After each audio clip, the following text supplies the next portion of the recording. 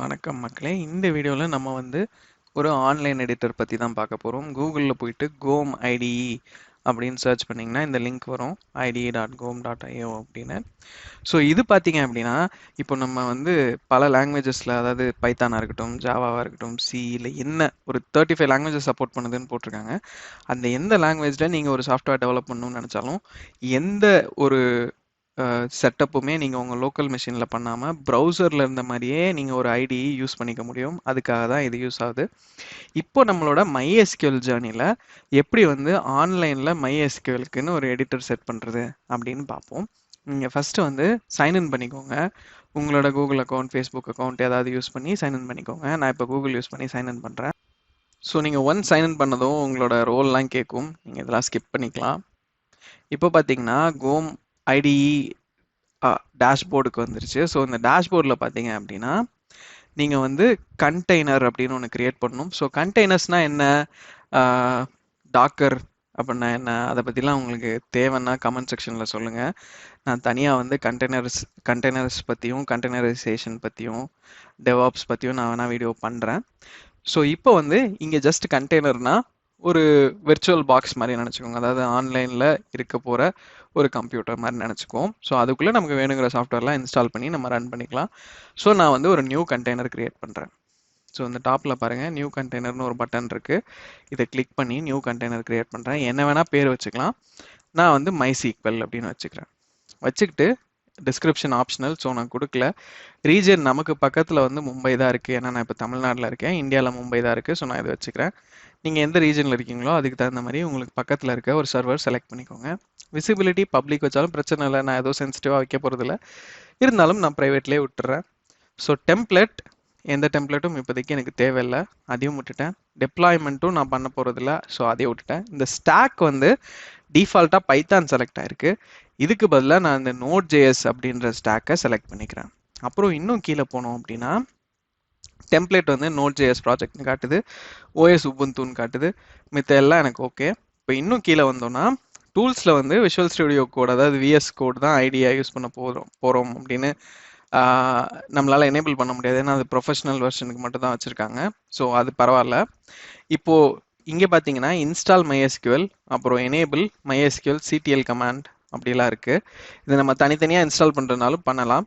அதுக்கு பதிலாக இந்த ஃபோர்த் ஆப்ஷன் இருக்குது பாருங்கள், customization for Udemy course the ultimate MySQL boot கேம்ப்னு. ஸோ நான் இந்த ஆப்ஷன் செலக்ட் பண்ணிக்கிறேன். ஸோ இது ஆட்டோமேட்டிக்காக MySQL, அப்புறம் இந்த mysql-ctl, அப்புறம் கொஞ்சம் dummy data, sample database, tables, அதில் டேட்டா எல்லாமே ஃபில் பண்ணிடும். ஸோ நான் இதை செலக்ட் பண்ணிக்கிறேன். செலக்ட் பண்ணிட்டு க்ரியேட் கொடுக்குறேன்.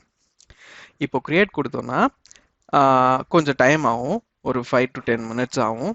இந்த ப்ரிப்பேரிங் அப்படின்னு வரது ஃபினிஷ் ஆகி யுவர் கண்டெய்னர் இஸ் ரெடி அப்படின்னு ஒரு பாப்அப் வரணும்.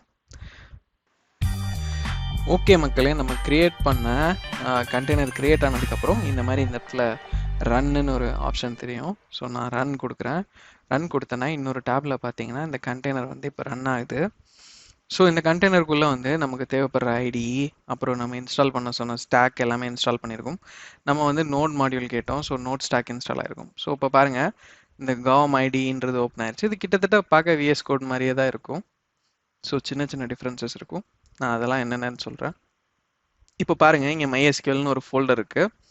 அது கீழே ரீட்மி, அப்புறம் ஒரு main.jsலாம் இருக்குது. இதெல்லாம் நம்ம யூஸ் பண்ண போகிறதில்ல. வேணான்னா நீங்கள் டெலீட் பண்ணி விட்டுறலாம். ஸோ டெலீட் அண்ட் main.jsையும் நான் டெலீட் பண்ணிடுறேன். டெலீட். ஸோ இப்போ MySQLன்ற ஃபோல்டரில் ரைட் கிளிக் பண்ணி நியூன்னு கொடுத்து ஃபைல் கொடுத்துக்கோங்க. கொடுத்துட்டு ஏதோ ஒரு பேர் வச்சுக்கலாம். நான் ஜஸ்ட்டு test.sql அப்படின்னு வைக்கிறேன். ஸோ இப்போ அந்த ஃபைலுக்குள்ளே போயிடுச்சு. இப்போ இந்த ஃபைலில் நம்ம எதுவும் பண்ணுறதுக்கு முன்னாடி இந்த ஃபைலுக்கு கீழே பார்த்தீங்கன்னா டெர்மினல் இருக்கும். சப்போஸ் உங்கள் டெர்மினல் விண்டோ க்ளோஸ் ஆகிருந்தது அப்படின்னா நீங்கள் இங்கே மேலே போயிட்டு டெர்மினல் அப்படின்னு சொல்லி நீங்கள் ஓப்பன் பண்ணிக்கலாம். இங்கே யா நியூ டெர்மினல் விண்டோ அப்படின்னு நீங்கள் ஓப்பன் பண்ணிக்கலாம். ஓப்பன் பண்ணி நீங்கள் அது உங்களுக்கு எங்கே வேணுமோ அதை இங்கே நீங்கள் ட்ராக் பண்ணி வச்சுக்கலாம். ஸோ எனக்கு இங்கே டெர்மினல் இருக்கிறதுனால இந்த டெர்மினலை யூஸ் பண்ணிக்கிறேன். ஸோ இப்போ MySQL டேட்டாபேஸை ஸ்டார்ட் பண்ணுறதுக்கு கமாண்ட் பார்த்தீங்க அப்படின்னா mysql-ctl, அதாவது MySQL கண்ட்ரோல் அப்படின்னு ஒரு கமாண்ட் லைன் கமாண்ட் இருக்குது. ஸோ mysql-ctlன்னு கொடுத்துட்டு ஸ்டார்ட் அப்படின்னா MySQL ஸ்டார்ட் ஆயிரும். ஸோ இங்கே பாருங்கள், MySQL 5.7 database added. Please make note of these credentials. Root MySQL, starting MySQL done அப்படின்லாம் வந்துருச்சு. ஸோ இப்போ MySQL ஸ்டார்ட் ஆயிடுச்சு. இப்போ சப்போஸ் உங்களுக்கு டேட்டாபேஸ் ஸ்டாப் பண்ணணும்னா mysql-ctl ஸ்டாப் அப்படின்னு கொடுத்தீங்கன்னா ஏதாவது ரன் ஆகிட்டு இருக்க டேட்டாபேஸ் ஸ்டாப் ஆயிரும். இப்போ ஸ்டாப் ஆயிடுச்சுன்னு வந்துருச்சு. சரி, இப்போ நம்ம திரும்ப ஸ்டார்ட் பண்ணிக்கலாம்.